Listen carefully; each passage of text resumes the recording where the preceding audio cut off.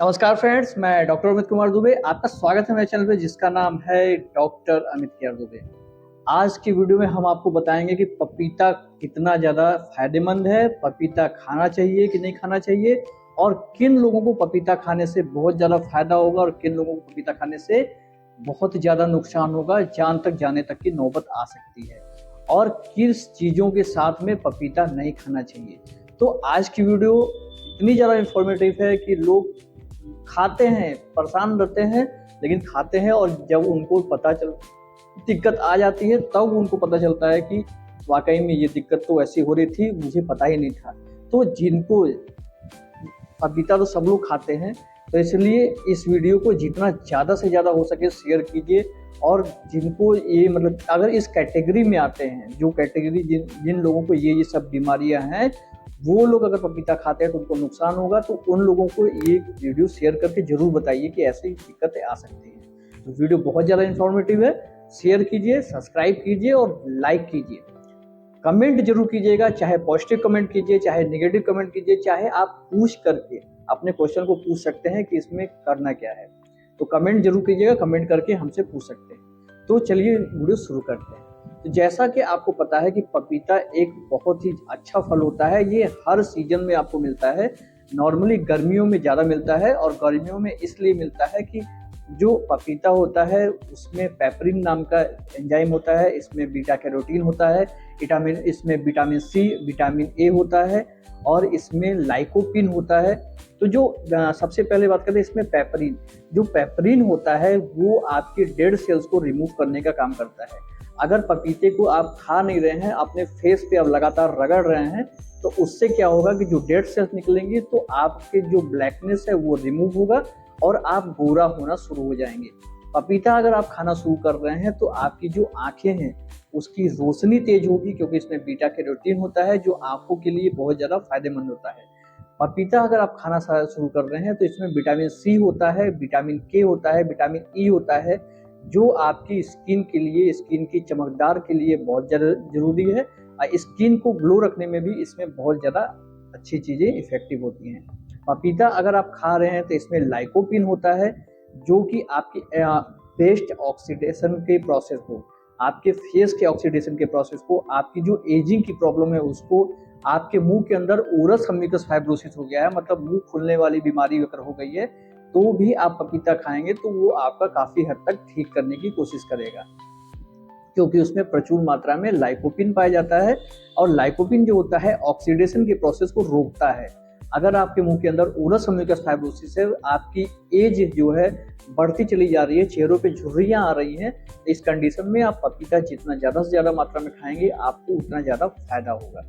आप ORS अम्बिगस fibrosis में पपीता अगर सुबह दोपहर शाम मैं सलाद खाने के लिए बोलता हूँ, और उस सलाद में अगर आप पपीते को भी इंक्लूड करते हैं तो भी आपको फायदा होगा। आपका अगर प्लेटलेट काउंट कम हो रहा है तो इसमें अगर आप पपीता खाना शुरू करते हैं तो आपका प्लेटलेट, कच्चा पपीता भी खाते हैं तो भी आपका प्लेटलेट बढ़ता है। प्लेटलेट बढ़ने के लिए पपीते के पत्ती का जो रस होता है, अगर दिन में एक बार अगर आधा मतलब 5 ml या 10 ml भी लिया जाए तो भी आपके प्लेटलेट बढ़ने में बहुत ज़्यादा इफेक्टिव होता है। पपीता इतना ज़्यादा इफेक्टिव है, लेकिन कुछ ऐसे लोग हुए होते हैं जिनको कि अगर पपीता खाते हैं तो उनके बॉडी में उल्टा रिएक्शन शुरू हो जाता है और इसकी प्रॉब्लम उनको बढ़ सकती है। और उन लोगों में नंबर 1 पे होता है कि प्रेग्नेंट लेडीज में, अगर प्रेग्नेंट लेडीज हैं तो उनको पपीता खाना बिल्कुल भी मना किया जाता है।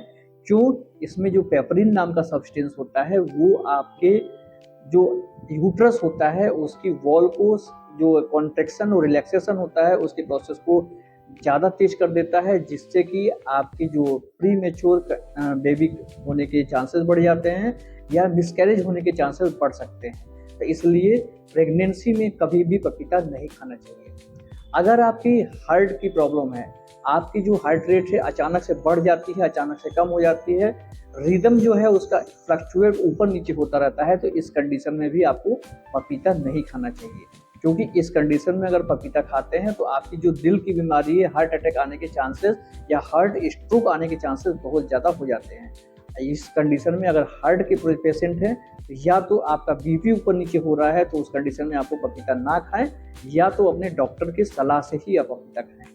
अगर आपको किसी प्रकार की एलर्जी हो रही है, आपकी स्किन में इन्फेक्शन है, आपकी स्किन में रेडनेस आ रही है, चकत्ते हो रहे हैं, दाने पड़ रहे हैं चेहरे पे, तो इस कंडीशन में आपको पपीता नहीं खाना चाहिए, नहीं तो ये उसको और ज़्यादा साइड इफ़ेक्ट होता है और उनके जो चेहरे पे दाने हैं, जो इफ़ेक्ट है उसको वो बढ़ा देता है।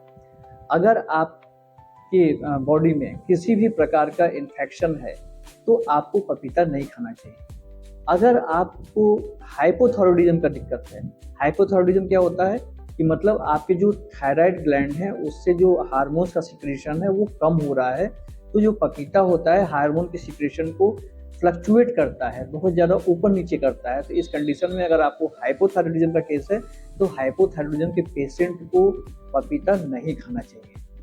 अगर आप किसी भी इन सारी कैटेगरी में आते हैं, तो आप इनको पपीता ना खाइए। और एक कैटेगरी होती है अगर आप डायबिटीज़ के पेशेंट हैं, अगर आप डायबिटीज़, हालांकि जो पपीता का ग्लाइसेमिक इंडेक्स है बहुत कम होता है, इसको खाने से आपको जो नॉर्मली आप डायबिटीज़ के पेशेंट खा सकते हैं, लेकिन इसमें शुगर की मात्रा जो प्रचुर मात्रा में होती है उसके कारण आपका इंसुलिन लेवल अप डाउन या फ्लक्चुएट कर सकता है। इसलिए डायबिटीज़ के पेशेंट को भी अपने डॉक्टर्स की सलाह से ही पपीता खाना चाहिए। अब आइए बात करते हैं कि पपीता किन चीज़ों के साथ बिल्कुल भी नहीं खाना चाहिए। अगर आप पपीता खा रहे हैं और पपीता खाने के बाद दही का सेवन कर रहे हैं या खट्टी चीज़ों का जैसे नींबू हुआ, आंवला हुआ, मुरब्बा हुआ, इन सारी चीज़ों का सेवन कर रहे हैं तो आपको नहीं खाना चाहिए। क्यों?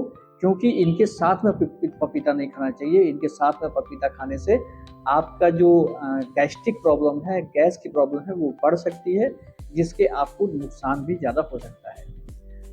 ये बहुत ही ज़्यादा इफ़ेक्टिव होता है, पपीता खाना बहुत अच्छा होता है, लेकिन खट्टी चीज़ों के साथ पपीता को बिल्कुल भी नहीं खाना चाहिए। आप अगर पपीता खा रहे हैं और आप करेले की सब्जी के उसके बाद खा रहे हैं तो भी आपको बहुत ज़्यादा इफेक्ट हो सकती, दिक्कत आ सकती है।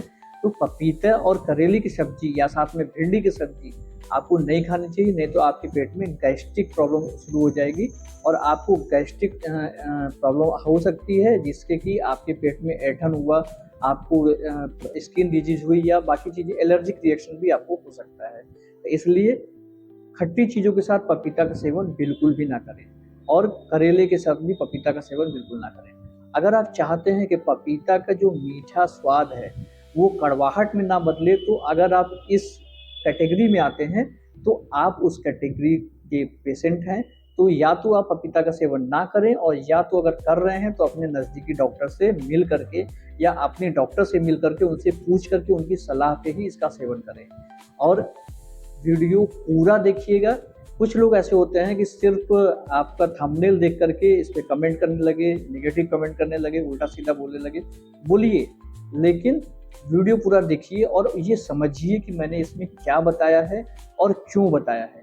क्योंकि जिनको ज़रूरत होगी, क्योंकि कुछ लोग होते हैं जिनको नहीं पता होता है, वो इसमें बार-बार घूम जाते हैं और उल्टी-सीधी चीज़ें खा लेते हैं, जिससे कि उनकी बॉडी के इफ़ेक्टिव चीज़ें आने लगती हैं और उसका साइड इफ़ेक्ट होने लगता है, जिससे कि उनको बार-बार दिक्कत होने लगती है। तो आज की वीडियो में इतना ही। आने वाले वीडियोज़ में नए-नए टॉपिक बात करेंगे, जिसके लिए मेरे चैनल को सब्सक्राइब कर लीजिए। नमस्कार, जय हिंद, जय भारत।